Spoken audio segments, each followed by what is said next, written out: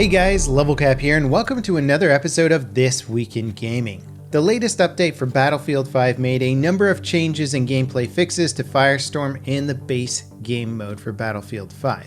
But it also ignited yet another controversy with players. The game's microtransaction system was finally implemented. DICE released a blog post explaining how the system works, but players were surprised by the quantity of exclusive items that you could only buy with real-world money and not company coin. Players who had stockpiled a huge amount of company coin felt like it had become somewhat useless, as the really cool cosmetic items were cash only. Elite character sets were also announced. They include a unique character model complete with custom voice acting, and end-of-round animations, and more. I think even a custom melee weapon. These are not currently available, but will be in the near future. For a full breakdown of the patch notes and microtransaction, be sure to watch my video on it. Reddit user TemperYal, who's credited with a bunch of data mining leaks previously that were actually 100% accurate, has data mined a lot more information about upcoming items for the game. First, he data mined some new cosmetics for French soldiers, sort of resistance fighters titled Secret Army. They look kind of cool, not too different from what's currently in the game, but you can tell there is a stylistic difference to them. Later, he uncovered a bit more. We're getting items and assets from Chapter 5, the Japanese versus the US. Certainly one of the more exciting items on this list is the M4A3 Sherman medium tank. This is just what so many people have been waiting for, the Shermans in a Battlefield World War II game. Doesn't get much more iconic than that. Then there's also two different Japanese tanks, the Type 97 Chiha and the Type 3 Chi-Nu, if I'm pronouncing that correctly. We get the Ford GPW Jeep. This is the standard American Jeep used during the war. There's also a staff car. Then there's a Japanese scout car. And when it comes to airplanes, we get the F4U Corsair. This is a very iconic fighter plane used by the US Navy, launched on aircraft carriers and whatnot. And of course, to fight it, we have the Mitsubishi A6M0, one of the most iconic fighter planes in the world, basically the backbone of the Japanese air power. We're also getting a Type 2 Kami Japanese amphibious tank, which looks kind of cool. I haven't really seen this before, but it looks like a new vehicle for the Battlefield franchise. And then there's also a landing vehicle tracked, LVT, which is an amphibious warfare vehicle that the US used. In addition to that, we're getting a patrol boat, a PT boat, torpedo armed, so naval combat in the near future, and the LCVP, which is the landing craft vehicle personnel. Basically that boat that all the soldiers are on in the start of Saving Private Ryan. Then there's a dinghy in the game files, which is like a life raft. Then there's the MTBT-1, which might be the patrol boat or motor torpedo boat, either for the Japanese or maybe it's a German one. We'll have to see. So basically, although this is not officially DICE confirmed information, these names have been basically put in as placeholders in the game files. So there's a very good chance these will be vehicles that we can play with probably in Chapter 5. If sooner, great, but most likely Chapter 5, since that's when they announced the US-Japanese content. Or not really announced it, but alluded to it. Now when it comes to new content that we're getting in the near future, a new game mode called Grind is coming in 2 weeks. It's a close quarter version of Squad Conquest, playable on Twisted Steel, Devastation, Rotterdam, and Narvik. In theory, Grind is more like Conquest Small than Squad Conquest, but we'll have to wait on DICE for more info. Duos for Firestorm is also going to launch at some point this month, although we do not have a release date. A recent Kotaku article about the development of Anthem has painted a very painful picture of its developer, BioWare. The article is incredibly extensive and contains interviews from 19 BioWare employees that were either working on Anthem or close to its team.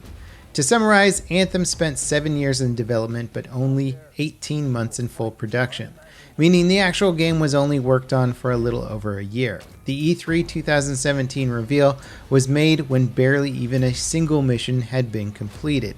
Senior leadership brushed off numerous concerns that players have since taken issue with. One such problem was the Tombs of Legionnaires challenges. They forced players to complete a bunch of challenges to complete the main story quest that was clearly an attempt to pad the game's length. Crunch was also a big factor, with many devs taking sick leave for extended periods because of stress. While the article is very damning, it was considered speculation until an internal email from BioWare's general manager confirmed these problems are real and it's their top priority to continue working to solve them. It's unclear if BioWare was already working to address these issues or if the article prompted them to take action. Either way, I hope it works out for them. BioWare has made some of the best sci-fi games of all time, and it would be a shame if Anthem's failings were what they end up being remembered for. And hopefully the rest of the game industry can take note from BioWare's failings. These kind of crunch times and stress leave and all kinds of insane practices that go on within the game industry are certainly not relegated to BioWare alone. Borderlands 3 will be an Epic Store exclusive on PC for 6 months after release. The game is currently scheduled to launch on September 13th. Since the exclusive was revealed, all of the existing Borderlands titles have gotten review bombed. Valve recently announced a new review moderation system to combat review bombing on Steam, so it should be much less common in the near future. Contrary to prior statements, Epic doesn't plan to ramp down exclusivity deals anytime soon. Going forward, the deals will be on the table for devs and publishers to take advantage of if they choose. And despite consumers not being thrilled about having to use yet another game launching platform, the reason that the Epic Store exclusivity deals exist is that they can offer a much higher cut to developers than Steam, which takes 30% of all sales. So until Steam starts to reduce their cut of sales, other platforms like the Epic Store will start to gain a lead and get more exclusivity deals over them. So competition overall is good, very good for developers and publishers. Apex Legends got a small quality of life patch this week that accidentally enabled a lever penalty for a short time. Players received a 5-minute timeout if they left 3 matches in a row before their respawn timer expired. The penalty was quickly disabled and Respawn clarified it's still a work in progress feature. One part of No Man's Sky's Beyond update coming this summer has been revealed. The game will be getting a VR mode. It's compatible with existing save files and is coming to both PS4 and PC. Players will get the full gameplay experience in VR, just limited to first person. As you'd expect, early demo previews of the VR mode are pretty positive. No Man's Sky's slow pace, expansive open world, and intuitive controls makes it a good platform for VR gaming.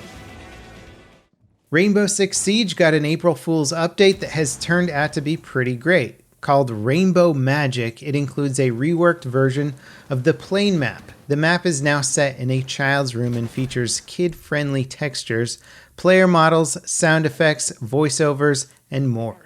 It also includes a set of colorful skins for select operators. Beta testing for the Halo Master Chief Collection on PC is coming this month.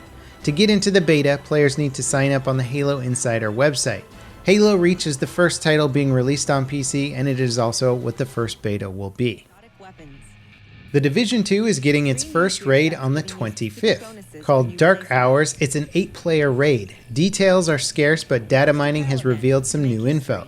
There will be an award mechanic called Power Play that gives players powerful boosts for completing secret objectives during the raid.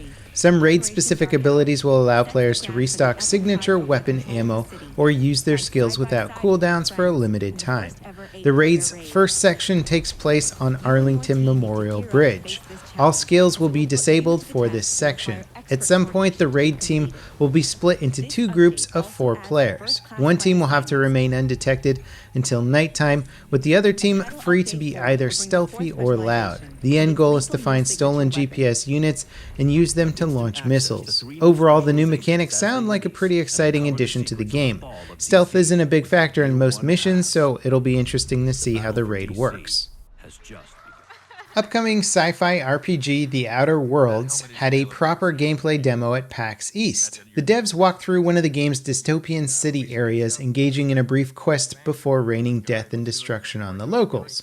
Fans of the Fallout franchise will recognize many elements of Outer Worlds gameplay, as the same devs made Fallout New Vegas. It has a VATS-style slow-mo shooting mechanic, followers, quest dialogue trees, and tongue-in-cheek humor. It also has the signature jankiness of a Fallout title. The demo didn't have any voice acting, many of the animations looked like placeholders, and the performance overall seemed pretty weak. That said, the game is still going through its development stages, which is where all this stuff supposedly gets handled before release. It is releasing sometime later this year. In our final story this week, Warframe has gotten yet another significant update. This time, it's a remastered overhaul of the Plains of Eidolon, the game's first open-world environment. The environment has gotten a facelift with more vegetation and improved terrain. Dynamic lighting as well as the game's day-night cycle has been improved to look more realistic, and performance has also been improved, so the area essentially looks and runs better. As for new things to do, you can now track and trap animals. There's also some new enemies to tackle. Anyway, that wraps it up for today's episode of This Week in Gaming. As always, thank you guys for watching. I hope you enjoyed. I hope you're staying up to date, and I'll catch you next time. This is Level Cap, signing off.